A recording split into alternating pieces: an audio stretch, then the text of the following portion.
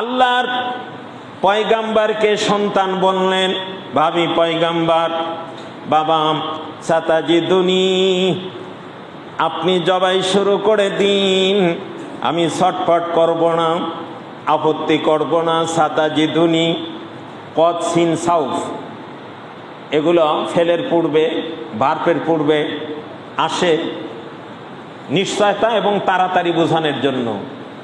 সা সিন, খুব তাড়াতাড়ি কাজ শুরু করলে আপনি আমাকে পাবেন ইনশাআল্লাহ, যদি আল্লাহ ইচ্ছা করেন আমাকে পাবেন মিনাস সাবিরিন, ধৈর্যশীলদের মধ্যে। আল্লাহু আকবার। বাবা আপনি আমার মতামত চেয়েছেন,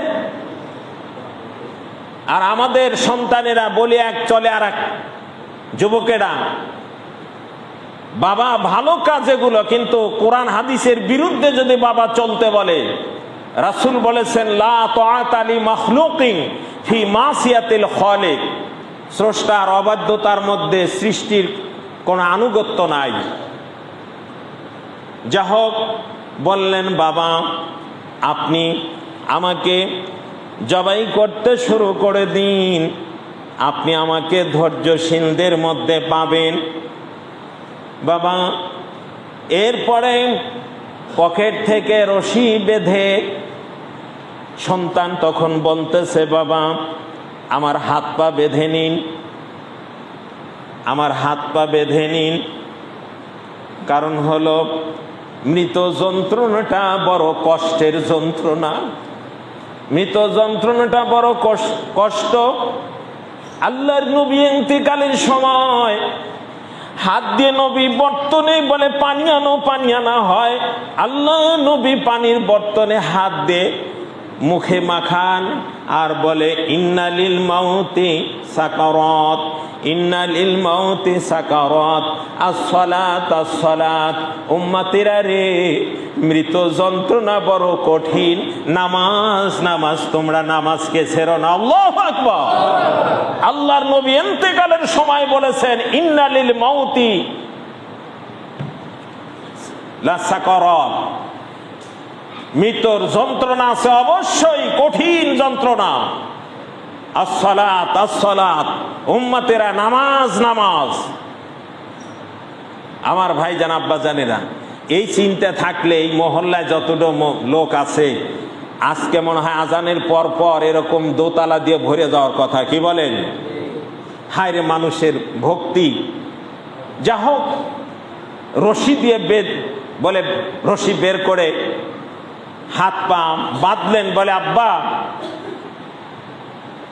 মৃত যন্ত্রণাটা বড় কঠিন, আমি যখন জবাই হয়ে যাব ওই সময় তো আমার আর কোনো জ্ঞান থাকবে না, আমার হাত পা খোলা থাকলে আমি ছটফট হাত পা নাড়াচাড়া করব, ওই সময় আমার হাত অথবা পা কোনো একটা অঙ্গ যদি আপনার শরীরে লেগে যায় চরম একটা বেয়াদবি হয়ে যাবে। বাবার সাথে যদি বেয়াদবি হয়ে যায় আমি আল্লাহর কাছে খারাপ হয়ে যাব। মুসলিম জাতির পিতা এবং তার সন্তানকে আদর্শ শিক্ষা দিয়েছে, আমি বেয়াদব হিসাবে আল্লাহর কাছে পরিগণিত হয়ে যাব। হাত পা বেঁধে নিন, হাত পা বাঁধছে। এবার বলতেছে আব্বা আমার একটা অনুরোধ রাখবেন। কিরে বাবা? বলে আমার হাতটা ছেড়ে দিন। বলে কেন? হাত পা বেঁধে জবাই করলে আমার আল্লাহ যদি কিয়ামতের ময়দানে বলেন ইসমাইল আমার রাস্তায় কোরবানি হতে রাজি ছিলে না, এজন্য তোমার হাত পা বেঁধে নেওয়া হয়েছে, বাবা হাতটা ছেড়ে দিন। আল্লাহ যদি প্রশ্ন করে আমি বলতে পারবো আমার হাতটা খোলা ছিল, আমি ইচ্ছে করলে পাটা খুলে দৌড় দিয়ে পালাতে পারতাম। এ আল্লাহ আমি তা পালাই নাই, তোমার রাস্তায় রাজি ছিলাম। আল্লাহর কাছে আমি জব দিতে পারবো।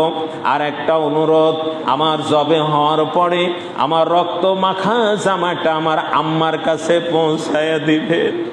আমার আম্মা আমার জামা দেখবে, আমার আম্মা আমার জামা দেখে আমার আম্মা দুটি দোয়া করবে।